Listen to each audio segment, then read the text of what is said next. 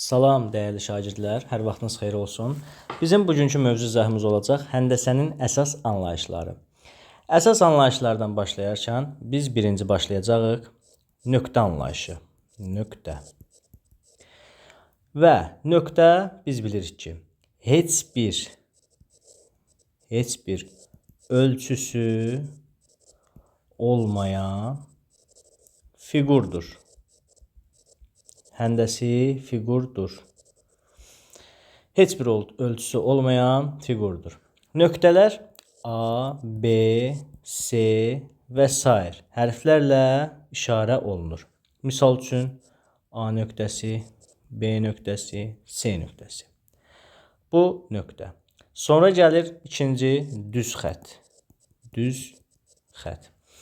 Düz xəttin bildiyimiz kimi yalnız uzunluğu var.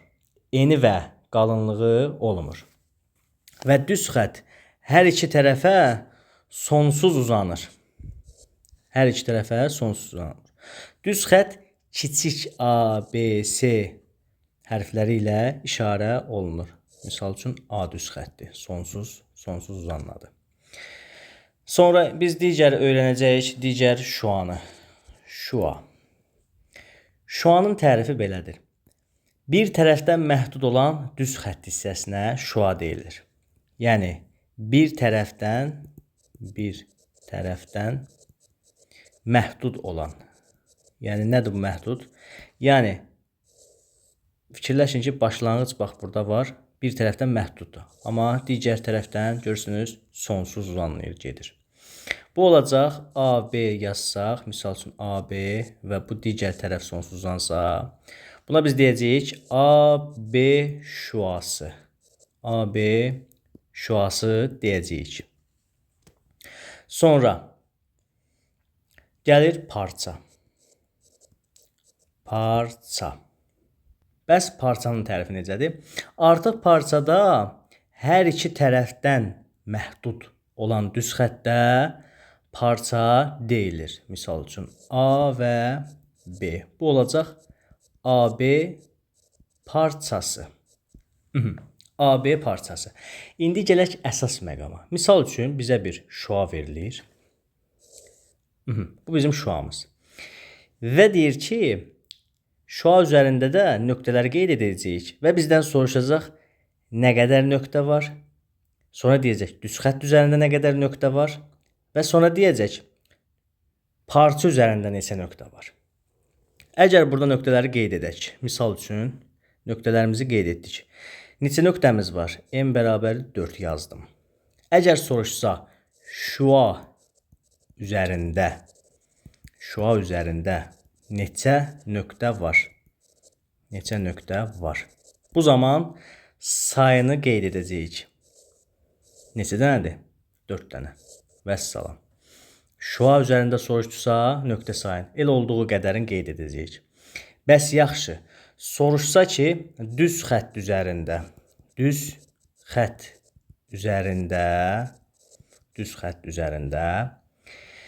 neçə nöqtə var? Neçə nöqtə var? Misal üçün düz xəttimi çəkərəm.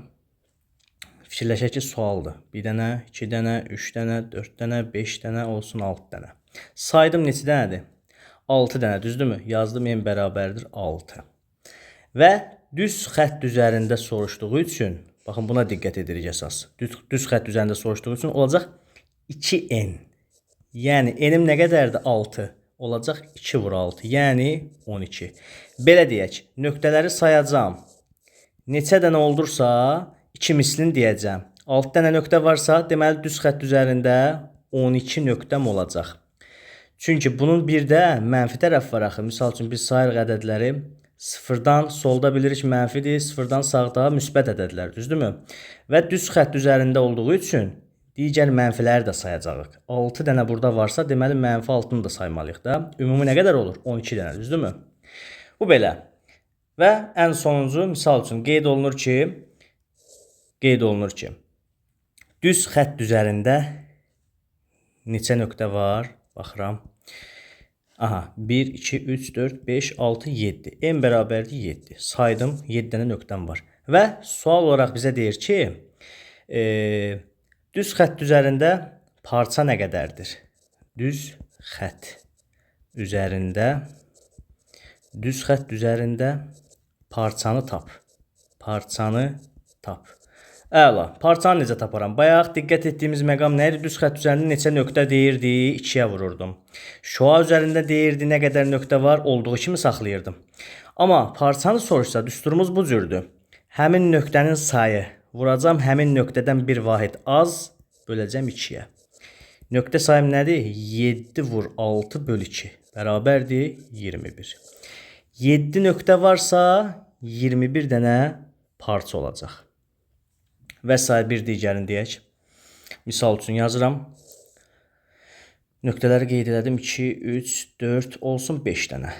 Və deyirəm, düz xətt üzərində neçə parça var? Düz xətt üzərində neçə parça var? Düzdürmü? Düsturumuz nə idi? Sayıram. 1, 2, 3, 4, 5 dənə. N bərabərdir 5. Və buradan anlamalıyam ki, neçə dənə nöqtə varsa saydıq. Və həmin ədədi tapdığım sayı vururam bir vahid aza, bölürəm 2-yə. Bu nə eləyəcək? 10. Əla. Bu oldu 10. Deməli, 10 dənə parçamız oldu. Sonra gəlirik bucaq və onun növlərinə. Əvvəla görək, bucaq nəyə deyilir? Tərif yazırıq, tərif. Qeyd edirik ki, bucaq. Nöqtə qeyd edirik. Misal üçün, bura olsun A nöqtəsi. Və bu nöqtədən çıxan iki şuanın əmələ gətirdiyi fiqur bucaq adlanır. Görürsünüz, təpə nöqtə, yəni başlanğıcdan 2 dənə şua çəkdik. Bunların birləşməsi nə yaratdı? Bucaq yaratdı. Bu oldu alfa bucağı. Sonra tərif olaraq da qeyd edirik ki, nöqtədən çıxan iki müxtəlif şuadan ibarət fiqura bucaq deyilir. Nöqtədən çıxan iki müxtəlif şuadan ibarət fiqur bucaqdır. Bu da belə. Sonra gəlirik bizim bucaqlarımız var. 1. İti bucaq. İti bucaq. Bu formada, bura alfa. Burada 0 dərəcədən böyük, 90 dərəcədən kiçik. Biz misal üçün burada qeyd edə bilərik. Alfa maksimum nə ola bilər? Ən böyük qiyməti nə ola bilər? 89 dərəcə, düzdürmü? Bəs alfa minimum nə ola bilər? 1 dərəcə. Yəni, iti bucağa da nə deyəcəyik? 0 dərəcədən böyük və 90 dərəcədən kiçik olan bucaq, iti bucaq adlanır. Sonra baxıram kör bucağa. Kör bucaq. Kör bucağımız necədir? Bu fiqurumuzun şəkli. Bura bir alfa deyirəm. Və 90 dərəcədən böyük, 180 dərəcədən kiçik olan bucaqlar kör bucaq adlanır. Burada da alfanın minimum qiymətini nə ala bilər? 91 dərəcə. Alfanın maksimum qiymətini nə götürə bilərik? 179 dərəcə, düzdürmü? Alfanın içərisində olan bucaqlardan söhbət gedir. Bu oldu kör bucaq. Sonra gəlirik düz bucaq. Düz bucaq. Düz bucaq barədə məlumat verək. Bu bizim düz bucağımız. Təbii ki, bildiyimiz kimi nə qədərdir? Alfa bərabərdir 90 dərəcə. Misal üçün, telefonun küncü, evin küncü, kitabın küncü, hər biri nə qədərdir? 90 dərəcədir. Və burada əsas diqqət edəcəyimiz şey nədir? Misal üçün, bir xətt çəkirik. Mən artıq bunun 90 dərəcə olduğunu bilirəm, düzdürmü? Bu hələ şua da, yəni tənbölən deyil, 45-45 hesablayasınız. Misal üçün, bura deyirəm 30 dərəcə. Artıq bu bucaq neçə olacaq? 60, düzdür? Baxın, bu tapdığım 60 olacaq tamamlayıcı bucaq. Tamamlayıcı bucaq. Bunu da belə qeyd edərsiniz. Sonra gəlirik açıq bucağa. Bu bizim açıq bucağımız. Alfa bərabərdir 180 dərəcə. Bu olacaq açıq bucaq. Bu da belə. açıq bucaq. Və ən sonda yazıram tam bucaq. Tam bucağımız. Fikir versəniz, bu nə qədər idi? 180, düzdür? İndi baxın, eyni ilə ikinci bir 180 dərəcəmi çəkirəm. Baxın, bu da 180, düzdürmü? İndi baxın, görün nə edəcəm. Aha. Deməli, bu da nə oldu? Tam oldu mu? Bu da 180. Deməli, tam bucaq nə qədərdir? 360 dərəcə. Bu da belə. Sonra öyrənəcəyimiz tən bölən anlayışıdır. Qeyd edirik tərif. Tərif tən bölən barədə. Bucağın belə qeyd edək, təpə nöqtəsindən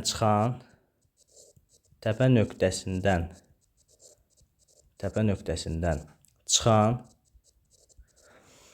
və bucağı yarıya bölən şuaya və bucağı yarıya bölən şuaya nə deyirik? Tən bölən deyirik. Nümunə misal üçün qeyd edirəm. Biz dedik bucaq nədir? Bir nöqtədən çıxan iki şuanın əmələ gətirdiyi fiqur nədir? Bucaqdır. Düzdürmü?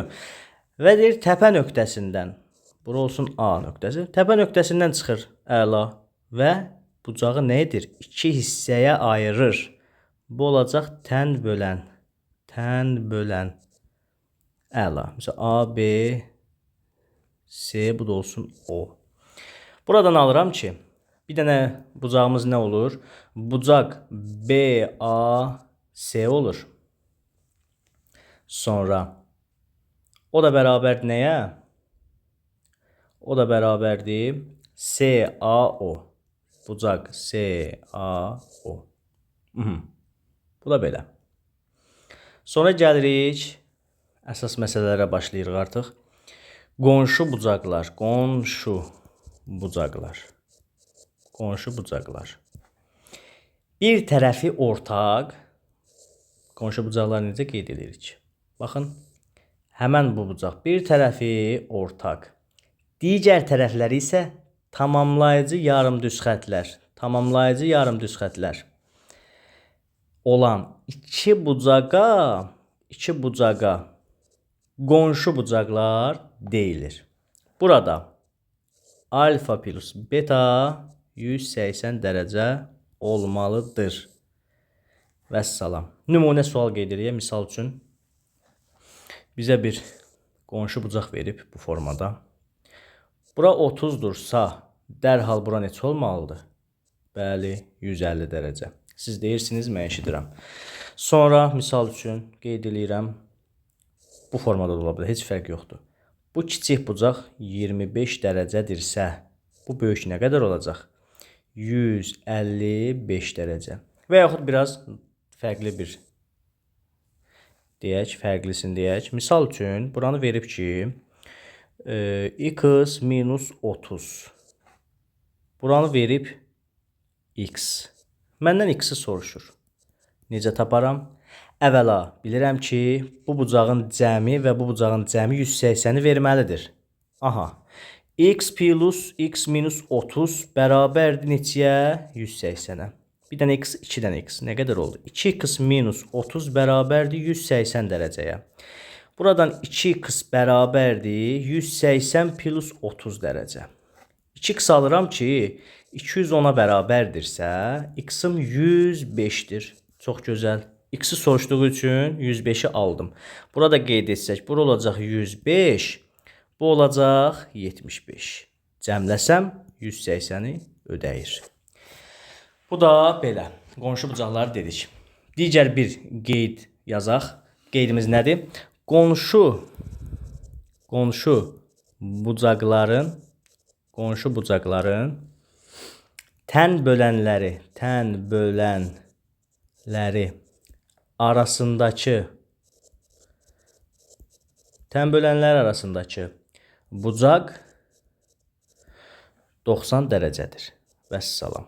90 dərəcədir. Buna da diqqət etmək lazımdır. Misal üçün qeyd edirik. Bizim qonşu bucağımız, qonşu bucağımızı çəkdik. İndi burada olan, baxın, bir dənə bu tən bölən, düzgün çək. Bir dənə bu tən bölən və bu tən bölən. Burada 90 dərəcə. Bu tən bölən, bu da tən bölən. 90 dərəcəmiz bu bizim. Çünki baxın 90 dərəcəni bu formada verib bax. Sizi aldatmasın.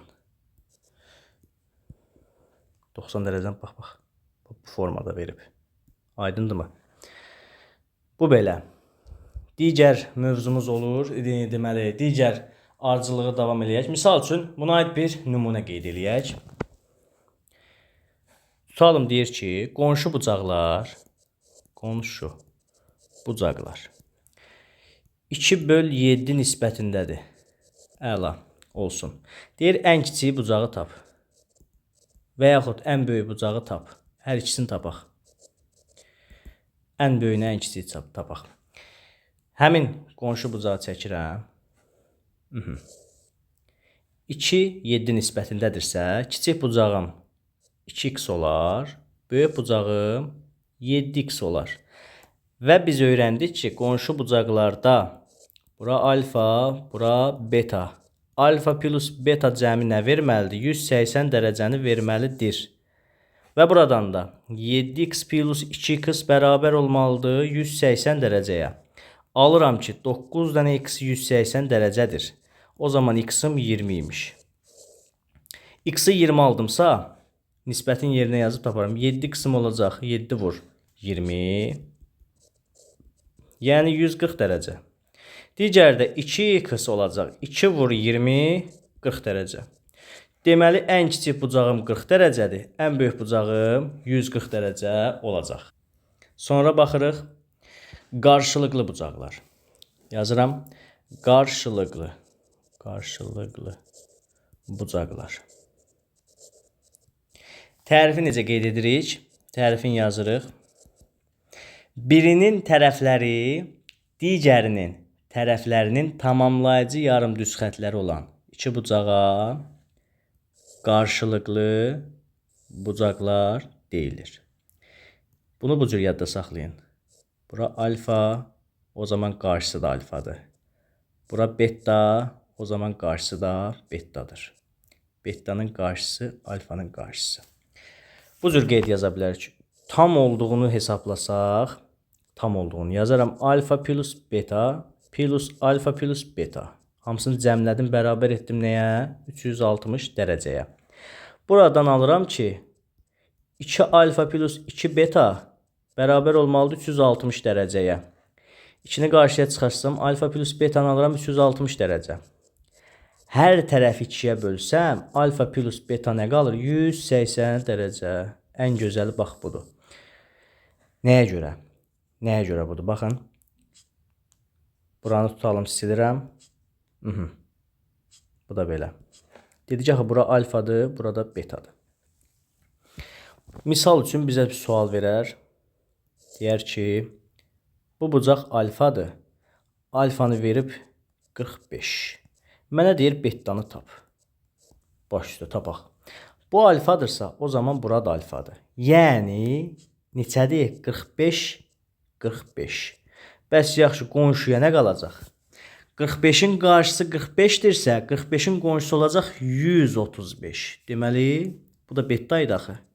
Betamız neçə imiş? 135 imiş. Bu da bu cür olacaq.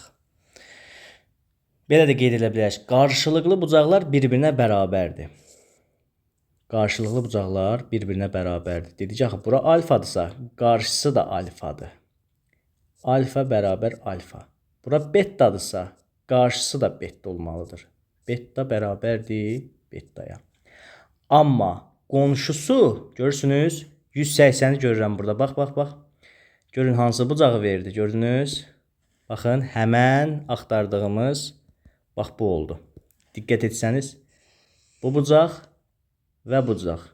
Nə oldu? Açıq bucaq. Yəni həm də qonşu bucaq. Biz demişdik qonşu bucaq nə olmalıdır? Alfa plus beta 180 olmalıdır. Görürsünüzmü? Yəni mən buradan 45-i tapdımsa, dərhal anlamalıyam ki, bunun yanındakı, yəni qonşusu da 180-i tamamlayan olmalıdır. Bu da bu cür olacaq. Ardının videosunu çəkəcəm, deməli davamını çəkib paylaşacağam. Bura qədər izləyin, məlumatınız olsun. Videonu zəhmət olmasa bəyənərsiniz. Sağlıqla qalın.